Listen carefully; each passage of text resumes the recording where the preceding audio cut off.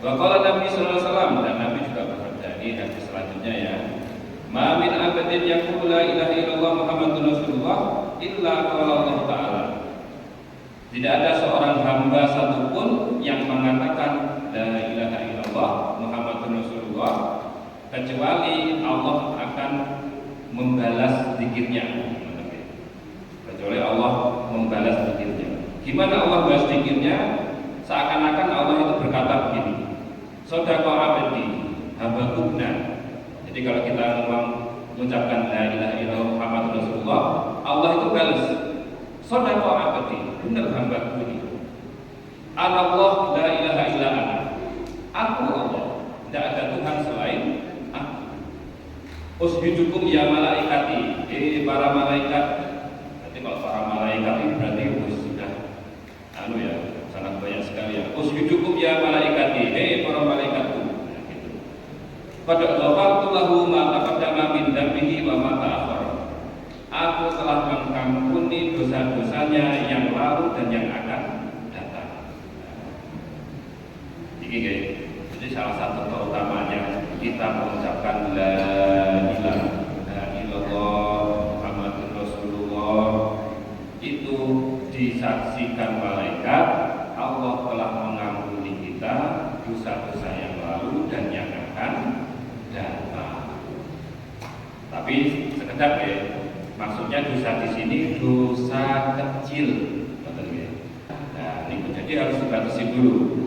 Kalau berkaitan dengan urusan sesama manusia, baik Islam ataupun tidak Islam, tetap harus dituntaskan yang setimpal. Maksudnya apa? Kalau hutang ya dibayar, kalau menghilangkan sesuatu yang diganti, kalau menyakiti hatinya ya minta maaf, minta ikhlasnya. Itu inti dari hadis ini. Wa qala Nabi sallallahu alaihi wasallam, dan Nabi juga bersabda, man qala, barang siapa yang mengucapkan la ilaha illallah, la ilaha illallah khalisan, dengan ikhlas, mukhlisan, orangnya khalis dan ikhlas, dakhala jannah. Jadi kalau dengan tidak ada ambil apa-apa, yakin, hakul yakin, yang benar-benar yakin mengucapkan la ilaha illallah, mantap dalam hati, pasrah kepada Allah dengan arti yang tadi ya, la ilaha illallah itu artinya yang sebenarnya adalah tidak ada Tuhan yang benar disembah selain Allah. Jangan menyembah karena dakhala jannah, maka masuk surga. Makanya dari hadis-hadis yang saya sebutkan tadi itu ulama Ahlussunnah wal Jamaah tetap berkeyakinan bahwasanya orang yang dosa besar pun, ya, yang punya dosa besar, selama dia mau bertobat, tetap tidak keluar Islam dan bisa masuk surga. Karena banyak orang-orang itu katanya diperintah Allah jangan berzina, jangan mabuk, jangan mencuri, jangan korupsi, tapi tetap korupsi. Malah sekarang kalau korupsi buat umroh, yang diumrohkan guru-guru ngaji. Nah, seperti ini. Ini nggak bahas politik, bukan telas. Buat telas nih, tadi sambat-sambat saya ngomong buat telas begini. Serupat balik nih. Nah, betul. Jadi segala sesuatu kita pakai kaidah itu segala sesuatu yang kita dapat, baik halal ataupun haram, bersihkanlah. Baik kalau bersihkan itu maksudnya gimana? Sedekahkan sama orang yang nggak mampu. Jadi jangan sampai kita makan nih. Kalau namanya nanti itu sidik-sidik, ya mesti wajar manusia kan kita itu sidik-sidik udah nopo-nopo. Tapi kita teakeh, nah ini masalah ini kayak gitu. Karena sekarang itu macam-macam. Yang saya begini gini, artis dapat uangnya beberapa, betul gini, otomatis ya rotor haram, ya kayak haram ya, abu-abu rotor ireng, betul gini. Tapi dalam umroh yang damel ngumrohne mertuanya, damel ngumrohne anaknya. Ya, ini kan kita jadi bingung kok malah gini ya gitu. Ini dapat uang banyak tapi juga baik. Nah itu mungkin cara dia untuk membersihkan uangnya, untuk membersihkan uangnya. Tapi ya Gusti Allah tahu lah kapan saatnya berakhir seperti ini bagi dia, kapan saatnya harus lanjut. Allah yang Maha tahu. Makanya kita para penceramah, para kiai, para kiai, para ustadz, maupun para hakim pasti mendakwakannya ayo cari yang halal. Kalau ketut, saya ngapunten namanya waktu politik ini kan bagi-bagi duit, kan betul ya? Itu rahasia kok. Kalau itu rahasia kok semua orang tahu kan itu bukan rahasia namanya. Tidak hanya orang awam, kiainya dapat, ustadznya dapat, masyarakatnya dapat, mau yang jelek dapat, yang baik juga dapat. Itu seperti mana? Itulah.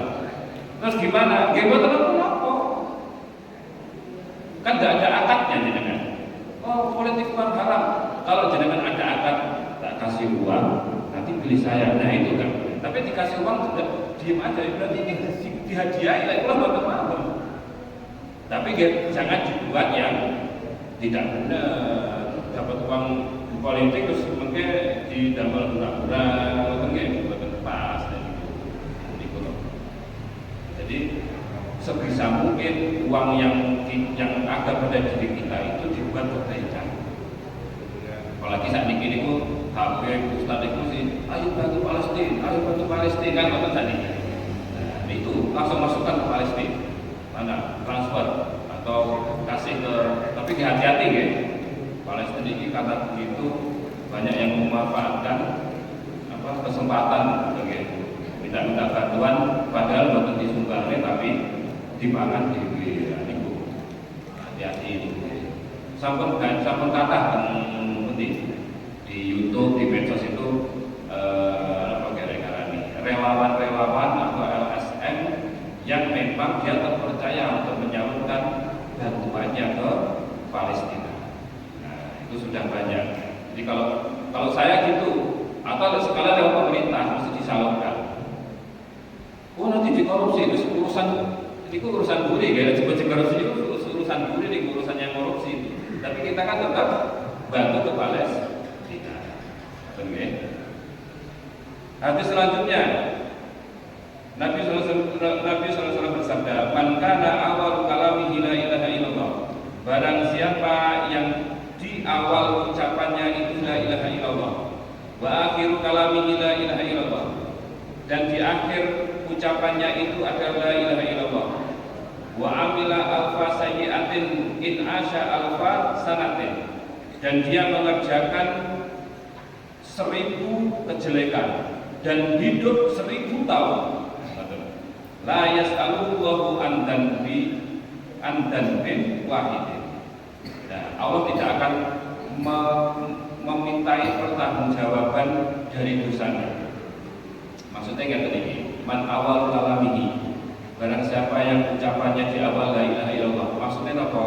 Ketika jenengan awal saged ngomong itu yang diajarkan la ilaha illallah, wa akhiru kalamihi la ilaha illallah, dan di akhir ajar kita itu la ilaha illallah. Angel betul ya? Angel gitu. Kita kan tidak tahu dulu kita waktu kecil dilarahin apa kan bapak itu kan.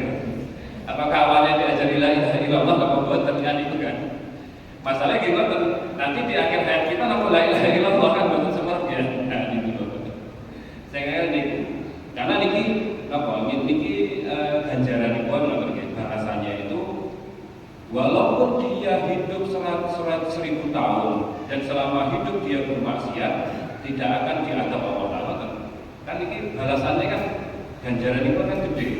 Tapi tidak ada yang bisa memastikan siapa yang di awal ucapannya itu la ilaha illallah. Tapi ngeten ya, saya pernah diajari oleh guru-guru baik di Yaman itu. Jadi kalau anak kecil itu pertama kali yang diajarkan itu kalimatnya ini, raditu billahi rabba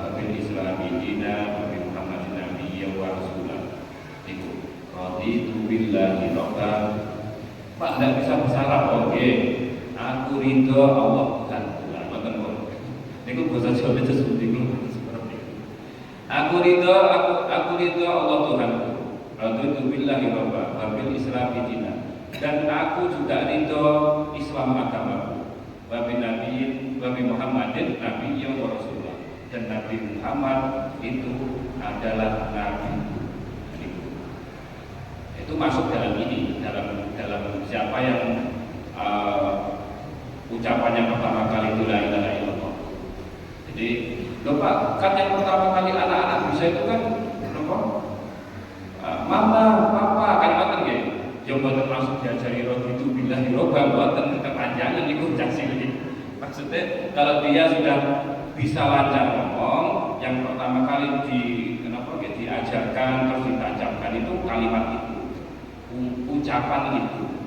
Kita kasih kali tahun, papa, raditu, gak betul sakit, betul gak betul sakit pasti. Intinya gitu. Jadi kenapa gitu? Saya pasti ngasih contoh penjelasan untuk keseharian. Karena kita tuh kalau menerjemahkan hadis terus sudah diterapkan di kasus sehari-hari, orang-orang itu maksudnya piye? Kan gitu. Dengan terjemahannya, siapa yang ucapannya pertama kali la ilaha illallah? Ucapannya pertama kali la ilaha illallah. Bangun tidur, nopo mau tidur, nopo boleh. Nah kan banyak kan betul guys. Ucapannya pertama kali itu apa? Nah, maksudnya ucapan pertama kali itu ketika awal kita bisa ngomong dapat jenengan, ada putra, ada putu, dan ikut diajari wonten la ilaha illallah, la ilaha illallah. Padahal Allah, nah wonten tadi kan, tidak apa-apa nih. Nah, Rasulullah SAW juga bersabda, wa qala sallallahu alaihi wasallam, man qala, barang siapa yang berkata la ilaha illallah min ghairi ajabin, barang siapa yang berkata la ilaha illallah tidak dengan ujub, tanpa rasa ujub, tara biha ta'irun tahta arsy yusabbihu ma'al musabbihina ila yaumil qiyamah, akan terbang untuknya, gitu ya, untuk orang yang berkata la ilaha illallah tanpa ujub tadi, burung itu akan terbang di bawahnya arsy-nya Allah. Arsy itu makhluknya Allah yang paling besar. Betul usah dibayangkan itu apa betul usah. Sing semerep, sing jenengan kudu semerep. Arsy itu makhluk Allah yang paling besar. Nah, mungkin 2-3 hadis lagi, tapi intinya sama. Kesimpulannya apa? Kesimpulannya bahwasanya ulama itu mentradisikan, ulama itu mentradisikan tahlilan itu semuanya berdasarkan hadis-hadis yang saya sebutkan tadi. Keutamaan la ilaha illallah. Kalau nggak ditradisikan atau nggak dibiasakan kita berzikir la ilaha illallah dalam tahlilan misalkan, kita akan jarang nanti berzikir la ilaha illallah. Kalah sama kalau pengen kaya, pikir apa, pengen selamat, pikir apa, pengen apa nih, sugih, pikir apa. Kalah kali itu kalah sama itu. Makanya ditradisikan, dibiasakan, dan diberi istilah namanya tahlilan. Ya, itu semuanya berdasarkan hadis-hadis yang telah saya sebutkan. Insya Allah hadisnya ini sahih yang saya sebutkan tadi. Walaupun saya nggak nyebut perawinya, karena ini semua dipilih oleh seorang ulama besar ya, namanya Imam Jalaluddin Abdul Rahman As-Suyuti yang wafat tahun 911 Hijriah, berasal dari desa Suyuti